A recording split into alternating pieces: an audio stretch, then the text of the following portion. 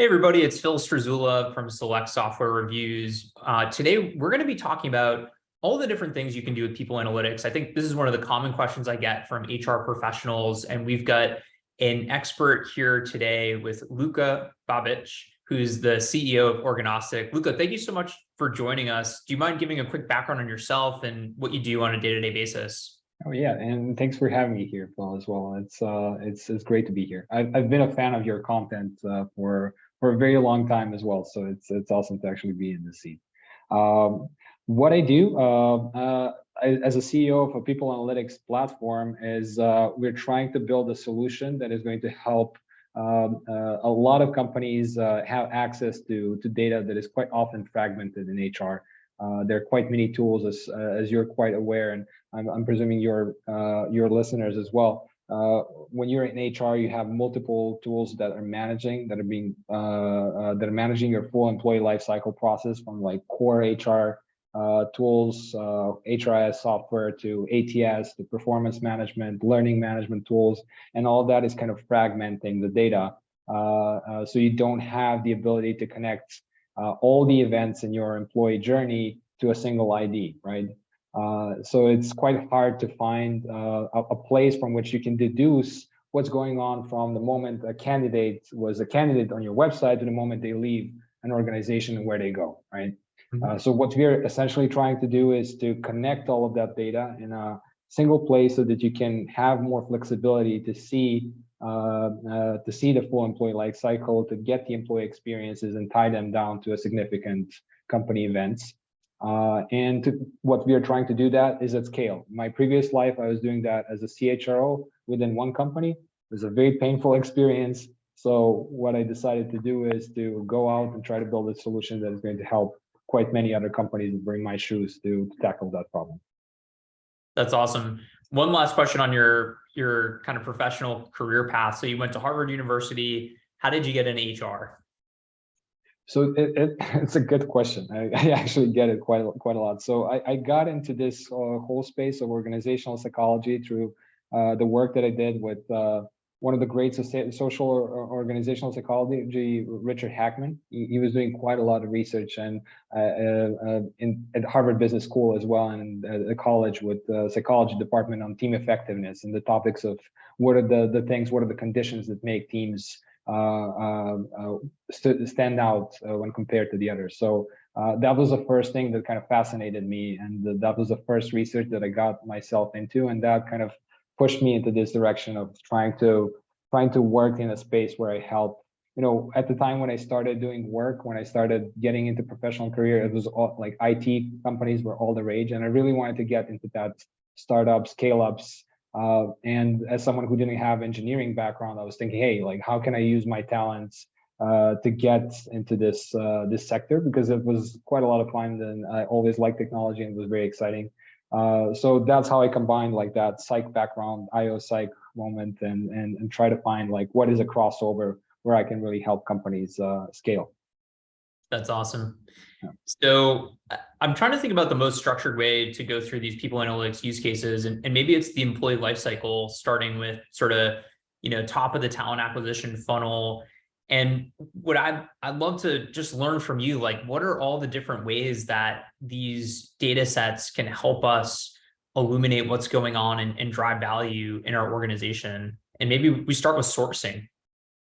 Yeah, like the first step, and it's usually with scale-ups, with smaller companies, that they kind of have quite a lot of data on the ATS front, on the recruitment side, right? As you mentioned, and recruitment cases are probably the most interesting one when the company is still growing, when they have quite a lot of open positions, quite a lot of candidates, because this is where you amass data.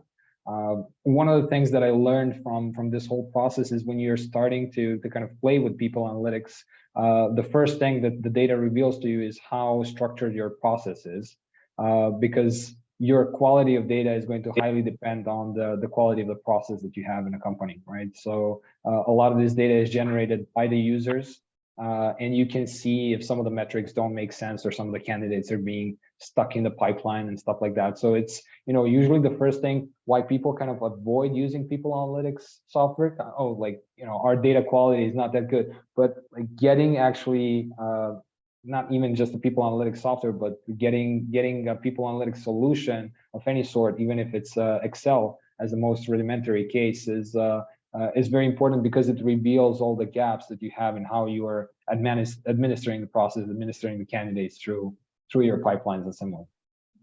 So that is the kind of first thing on just the quality of processes. And then one of the reasons why in my previous company, for example, we started playing with recruitment analytics was we were having a very distributed process when it comes to hiring. You know, we were hiring in Kuala Lumpur and Buenos Aires, in New York, in London.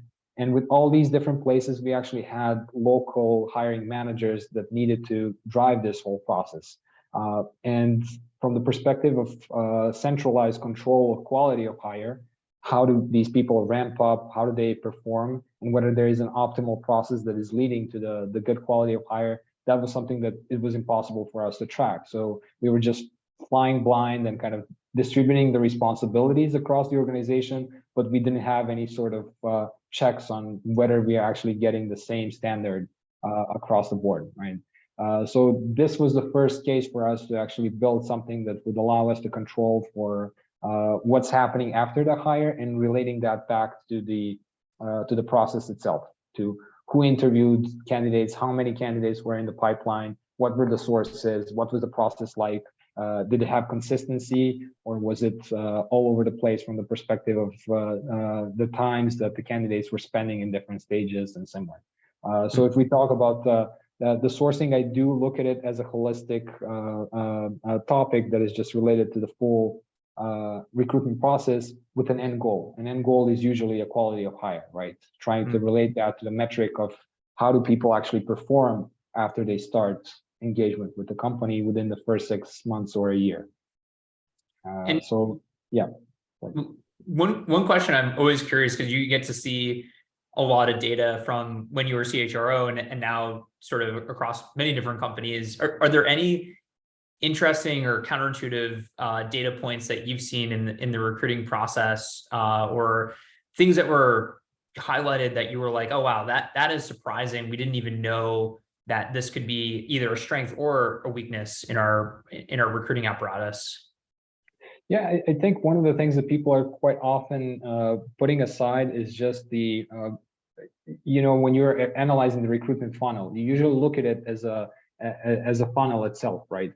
But it's never a funnel. It's always like a flow chart. And what I really liked about the analyses that looks into the funnel as a flow chart is because it shows you inconsistencies of the actual processes the companies have. So they like to think that they have like all the candidates that are going into the first selection bucket, and then after that have some sort of tasks that they are doing, and then going into second screening and et cetera, et cetera.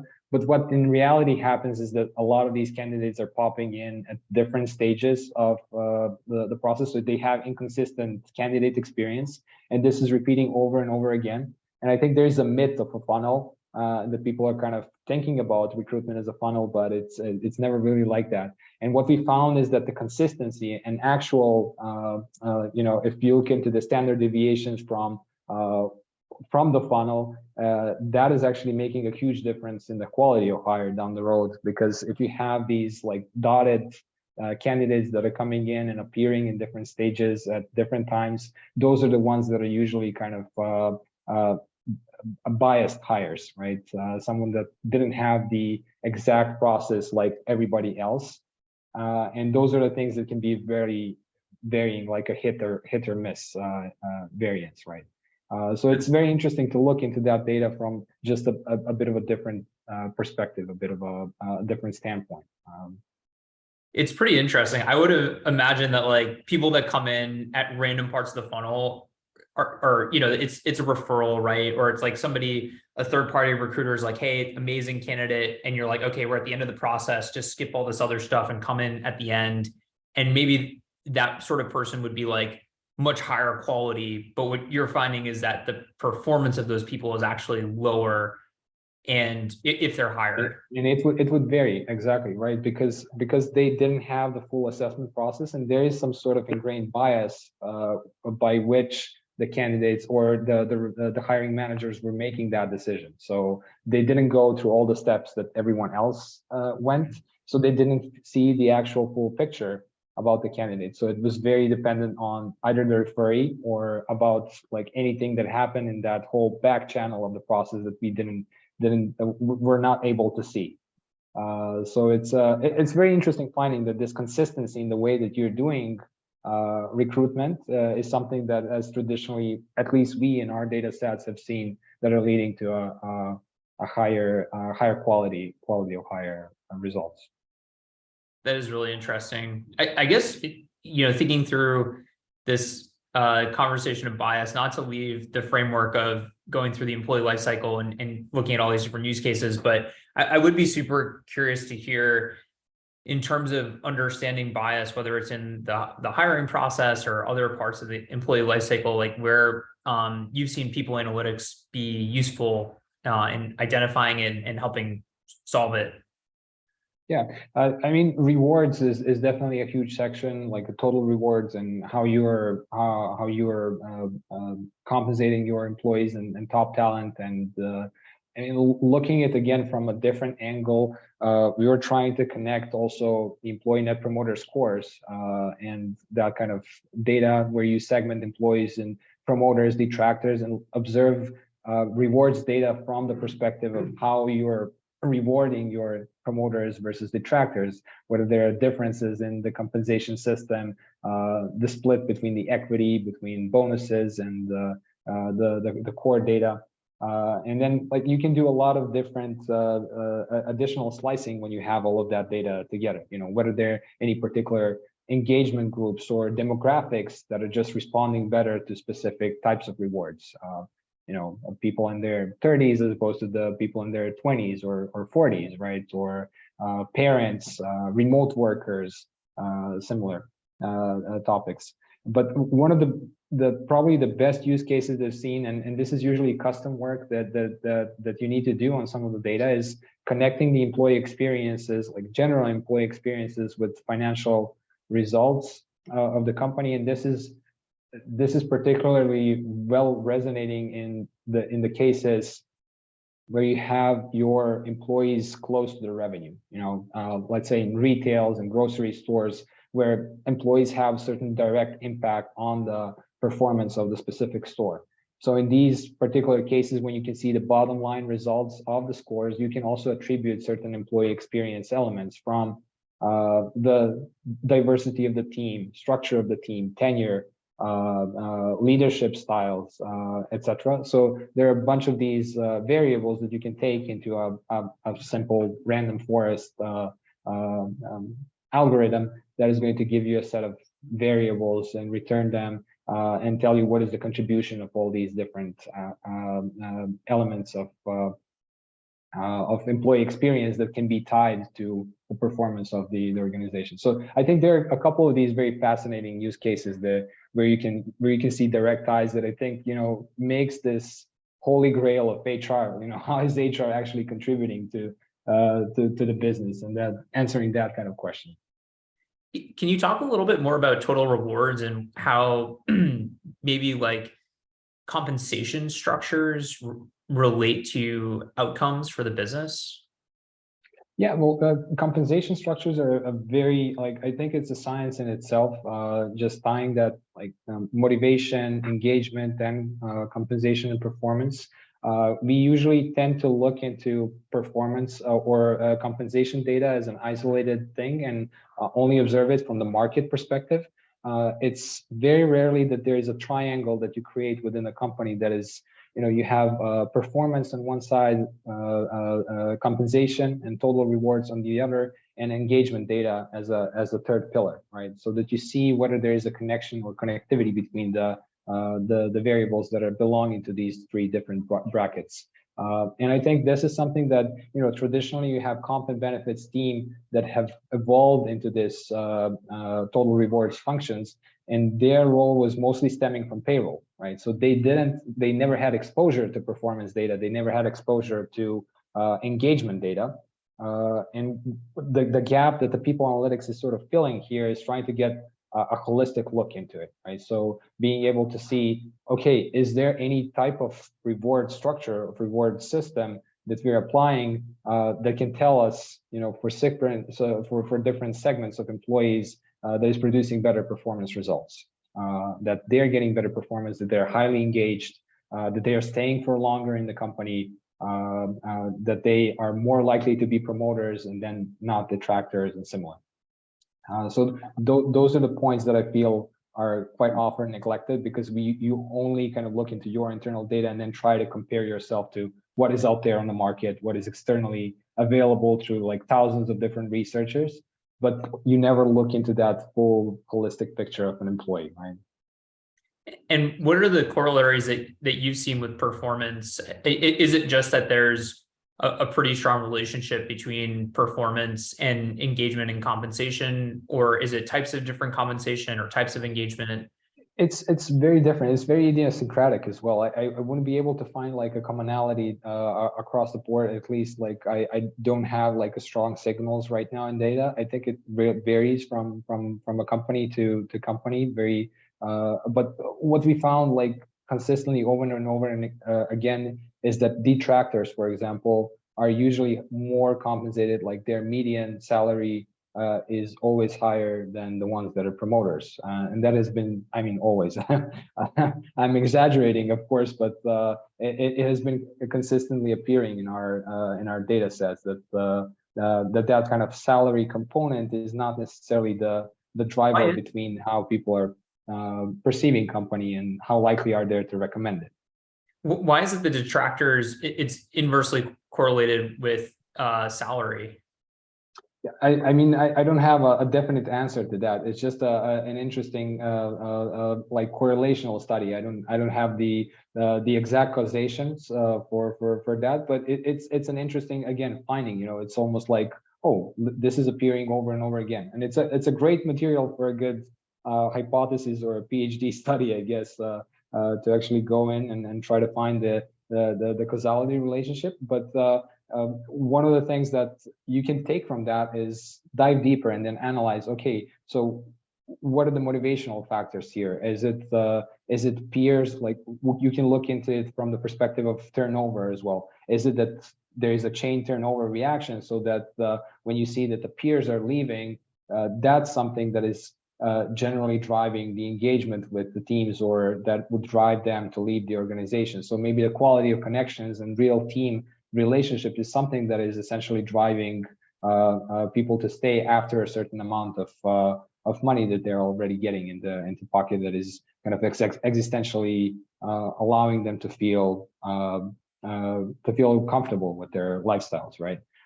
So I think like those are the things that again every company needs to do within the walls of the company itself, so they can find typical employee groups and typical situations and compensation categories that that would generate a strong signal for the change in the compensation philosophy. Got it. I'm realizing that maybe the answer to my original question of like, what are the use cases for people in is many and many and many that we could never cover in a short conversation. But I've got a couple of last questions here. The first is just like, are there a couple of other sort of like core use cases that everybody who's thinking about people analytics should know about? Mm-hmm. Well, a couple of course cases is, when you think about the people analytics as a branch of analytics, as a data science branch or similar, it's what I find fascinating is that that you need to defend the value of analytics in HR when you think that marketing, that sales, that finance, that every other function in the company is essentially data driven, right? We have more than ever data, and like even if you think about just the responsible management of that data, that is the first step. Knowing that you have quite a lot of information in your core system, in your ATS and similar, and kind of neglecting it is a very strong case to not neglect it and try to visualize it, try to put the data health into perspective, quality of data management and similar. But moving past the obvious and maybe the first steps is I would definitely say recruitment. Recruitment analytics is something that is an evergreen topic. So the things that we were previously talking about, rewards as well. One of the things that is becoming more and more popular is also the internal movements and promotion rates and similar points that are just related to how you're promoting, how you're pushing people through the organization, how they're growing, and who are the people that are actually growing.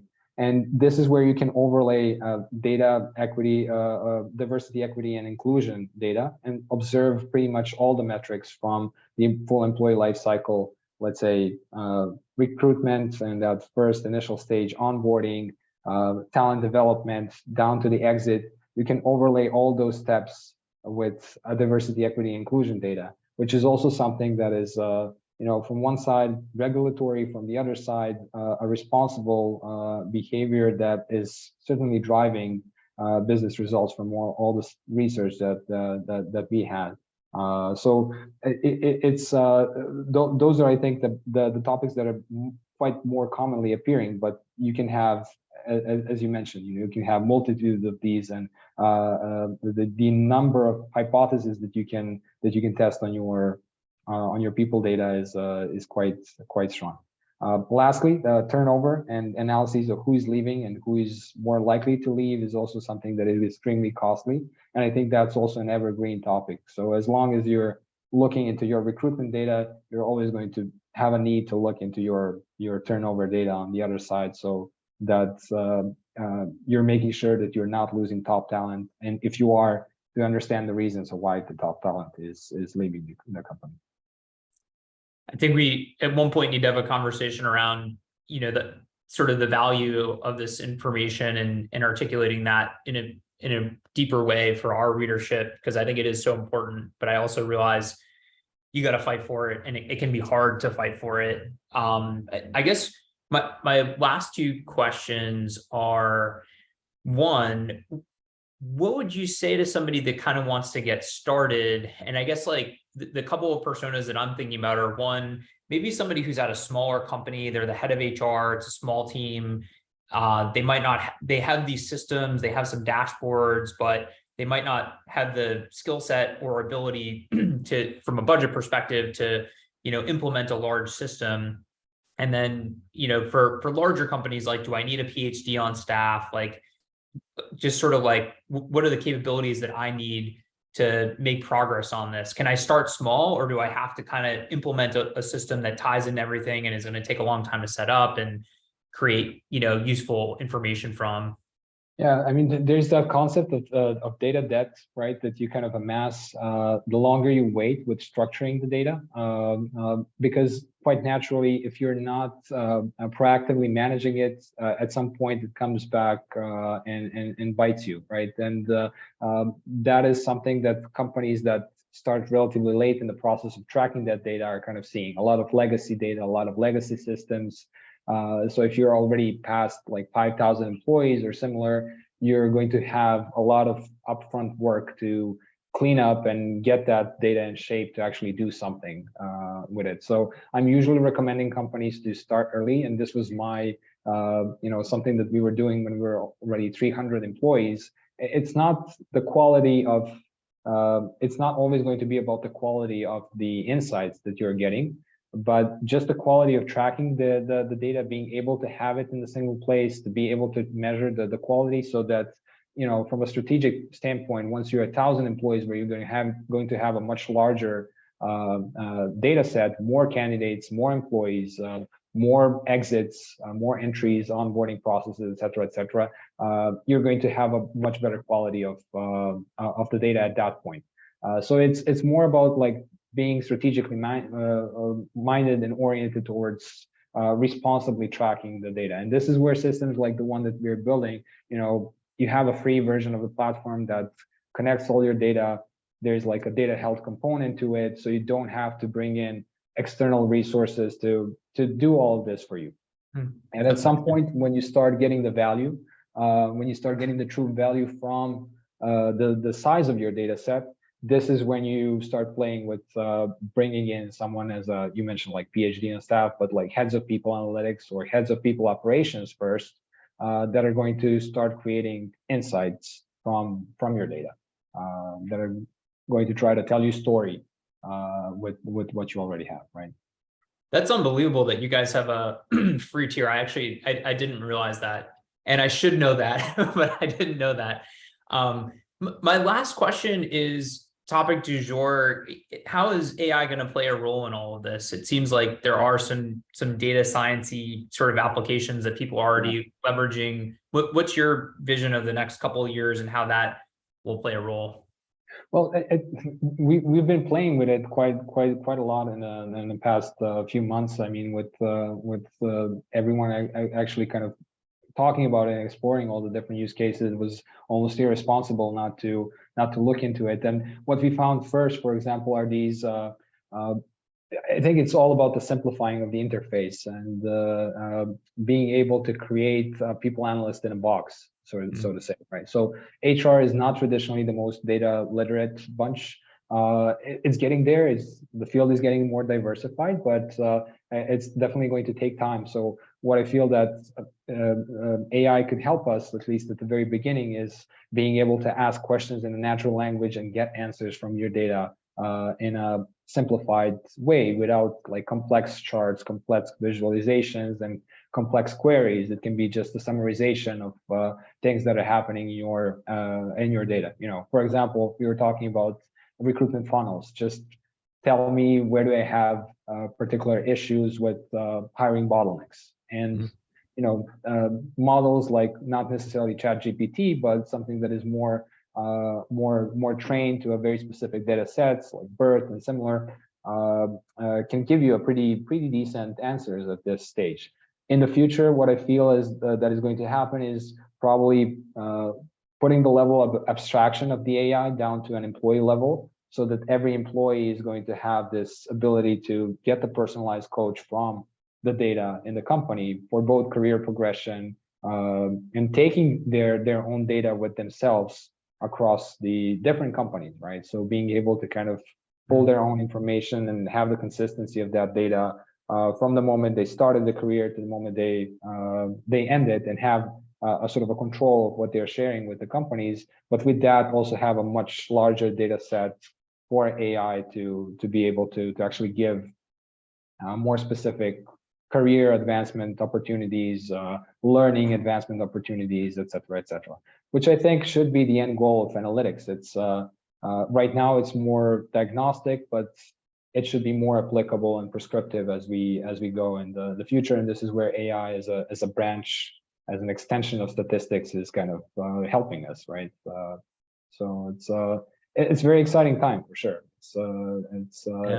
It's great to be in this space right now. Yeah, I bet it is. And I love the answer of it as a UI level or layer, which I wouldn't have thought about, to be honest with you. And I think that is an amazing use case for this technology, especially where somebody who, you know, this stuff can be a little bit far afield, maybe even intimidating. You can get a lot of value out of this sort of system.